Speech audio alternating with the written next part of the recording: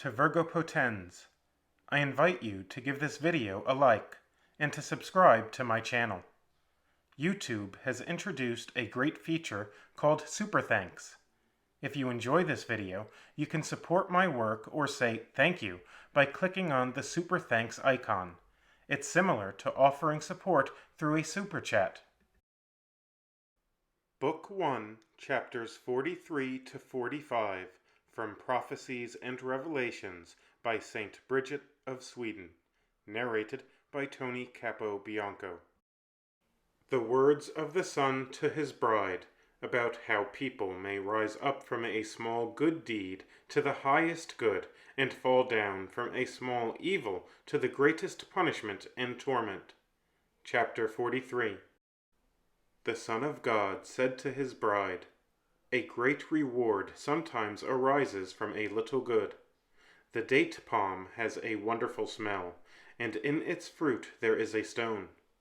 If it is planted in rich soil, it feels well, blossoms, and makes good fruit and grows into a great tree. But if it is planted in dry soil, it dries out. Very dry and empty of all goodness is the soil that delights in sin, and it does not become better even if the seed of virtues is sown in there. But rich is the soil of the mind that understands and confesses its sin and cries over their sin, which has provoked their Creator to anger. If the date stone, that is, if the thought of my severe judgment and power is sown in such a mind, it immediately strikes 3 roots in the mind. The first one is that he thinks about how he can do nothing without my help, and for this reason he opens his mouth in prayer to me. The second is that he begins to give some small alms to me for the sake of my honor. The third is that he separates himself from worldly affairs in order to better serve me. He then begins to restrain himself from superfluities through daily fasting, and abstains from and denies his own will and lust, and this is the trunk of the tree. After this, the branches of love grow when he leads and draws everyone he can toward the good. Then the fruit grows when he also instructs others in goodness as much as he can, and with all piety tries to find ways of increasing my honor. Such a fruit is the best one, and most pleasing to me. And so, from a small good, man rises up to perfection. When he first takes root through a little piety, the body grows through abstinence. The branches are multiplied through charity, and the fruit is increased through preaching. In the same way, a man falls down from a small evil to the greatest damnation and torment. Do you know what the heaviest burden is for the things that grow? Surely it is the child who was conceived but cannot be born and dies inside the womb of the mother. And because of this the mother also ruptures and dies, and the father carries her and the child to the grave and buries her with the rotting fetus. This is what the devil does to the soul. The iniquitous soul is indeed like the wife of the devil.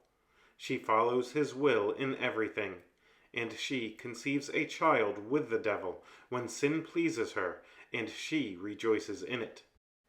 For just as a mother conceives a child and bears fruit through the little seed that is nothing but an unclean rottenness, so too the soul bears much fruit for the devil when she delights in sin. Thereafter the strength and limbs of the body get formed as sin gets added to sin and increases daily. When the sins increase, the mother swells up and wants to give birth, but cannot, since her nature is consumed in sin, and her life becomes detestable.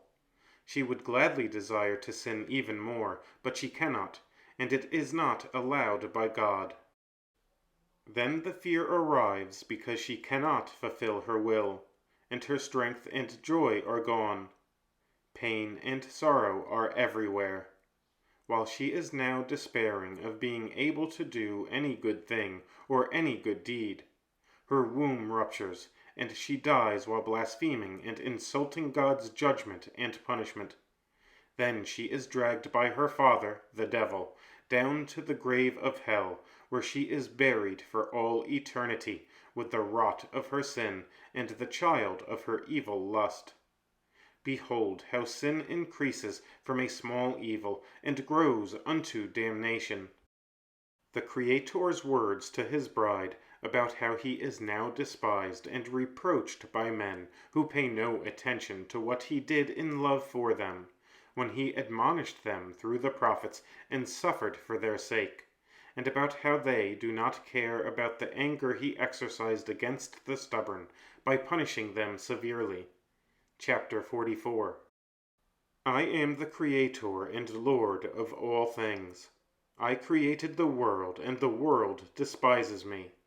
I hear a voice from the world like that of a bumblebee who gathers honey on the earth. For when a bumblebee is flying and begins to land on the ground, it emits a very raspy voice. I now hear this raspy and ignorant voice in the world, saying, I do not care what comes after this. In truth, now everyone is shouting, I do not care of what comes after this, and may I have my own will. Indeed, mankind does not care about what I did for the sake of love, by preaching and suffering for them, and by admonishing them through the prophets. And they do not care about what I did in my anger, by executing my vengeance upon the evil and disobedient. They see that they are mortal, and that death can strike them unexpectedly, but they do not care. They hear and see my justice which I exercised on Pharaoh and on Sodom for the sake of sin, and how I execute vengeance on other kings and rulers, and how I daily allow it to happen through the sword and other afflictions. But it is as if they were blind to all these things. And for this reason they fly like bumblebees wherever they desire, and sometimes they fly as if they were jumping and running, for they exalt themselves in their pride, but they come down quickly by returning to their lust and gluttony. They also gather sweetness for themselves from the earth, for man works and gathers for the needs of the body, and not for the soul, and for the worldly honor, but not the eternal. They transform the temporal things into a suffering for themselves, and what is useless into eternal torment. But for the sake of the prayers of my mother, I will send my clear voice to these bumblebees, from which my friends are excluded, for they are in the world only in body, and it shall preach mercy. If they will listen to it, they will be saved. The answer of the Virgin Mother and the angels, the prophets, the apostles, and the devils to God, in the presence of the bride, testifying about his many virtues and his perfection in creation, incarnation, and redemption, and about how evil men nowadays contradict all these things, and about the severe judgment they receive. Chapter 45. The Mother of God said, Bride of my Son, clothe yourself and stand firm, for my Son is approaching you. His flesh was pressed as in a winepress. For since mankind sinned in all limbs, my Son made atonement in all his limbs. His hair was pulled out, his sinews extended, his joints were dislocated, his bones mangled, and his hands and feet were pierced through. His mind was saddened, his heart afflicted by sorrow. His intestines was forced in toward his back, for mankind had sinned in all limbs. Then the Son spoke, while the heavenly host was present, and he said, Although you know all things in me, still I speak for the sake of my bride standing here. I ask you, angels, what is it that was without beginning and shall be without end? And what is it that created everything and was created by none? Proclaim it and give your testimony. All the angels answered as with one voice and said, Lord, it is you. We give testimony to you about 3 things. First, that you are our Creator, and that you created all things in heaven and on earth. Second, that you are without beginning, and will be without end, and your kingdom and power will stand for all eternity. Without you nothing has been created, and without you nothing can be created. Third, we testify that we see all justice in you, and all the things that have been and will be, and all things are present to you, without beginning or end. Then he said to the prophets and patriarchs, I ask you, who brought you out of slavery into freedom? Who divided the waters for you? Who gave you the law? Who gave you the prophetic spirit to speak about future things? They answered him, saying, You, Lord. You brought us out of slavery. You gave us the law. You moved our spirit to speak and prophesy about future things. Then he said to his mother, Give true testimony about what you know of me. She answered, Before the angel whom you sent came to me, I was alone in soul and body. But after the angel's words, your body was within me with divinity and manhood, and I felt your body in my body. I bore you without pain and suffering. I gave birth to you without anguish and travail. I wrapped you in poor clothes, and I fed you with my milk. I was with you from your birth until your death. Thereafter he said to the apostles, Say who it was that you saw, heard, and touched. They answered, We heard your words and wrote them down. We heard and saw the great works that you did when you gave us the new law. You commanded the demons with one word to leave humans, and they obeyed you and went out. And with your word you raised the dead and healed the sick.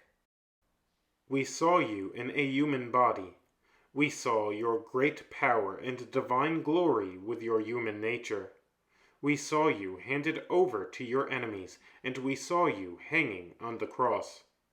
We saw you suffer the most bitter pain, and we saw you be laid in the grave. We touched you when you were raised from the dead. We touched your hair and your face. We touched the place of your wounds and your limbs. You ate with us, and you gave us your eloquence. You are truly the Son of God and the Son of the Virgin. We also observed when you ascended with your manhood to the right hand of the Father, where you now are and will be without end. Then God said to the unclean demon spirits, Although you hide the truth in your conscience, still I now command you to say the truth about who it was that reduced your power.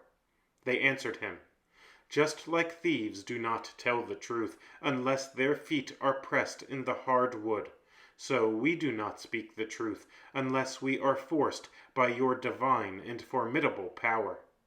You are the one who, with your power, descended into hell. You reduced our power in the world. You took out from hell what was yours by right, namely, your friends. Then our Lord said, Behold, all those who have a spirit and are not clothed in a body, bear witness to the truth for me. But those who have a spirit and body, namely humans, contradict me. Some know the truth of me, but do not care about it.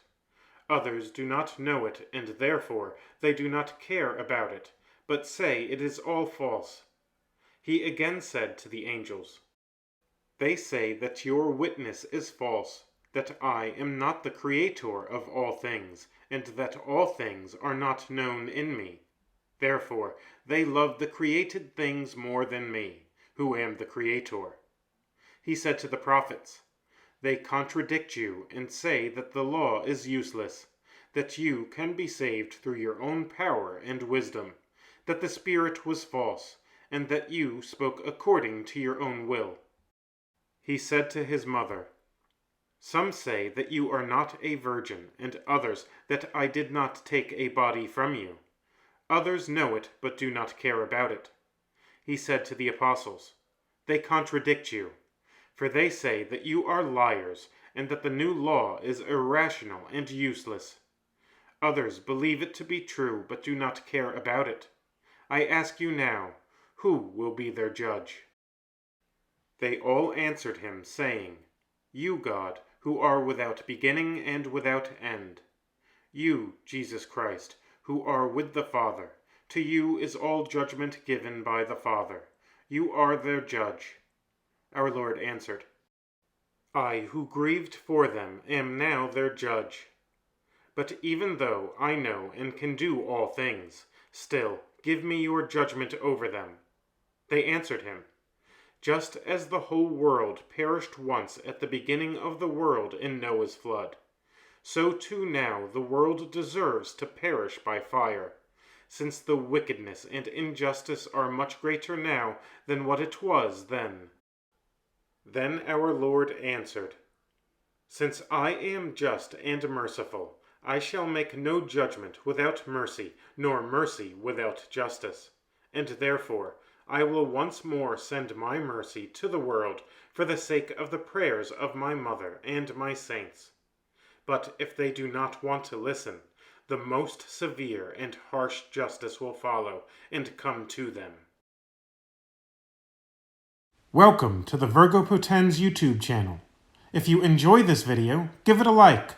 I also invite you to subscribe to this channel so that you won't miss new content.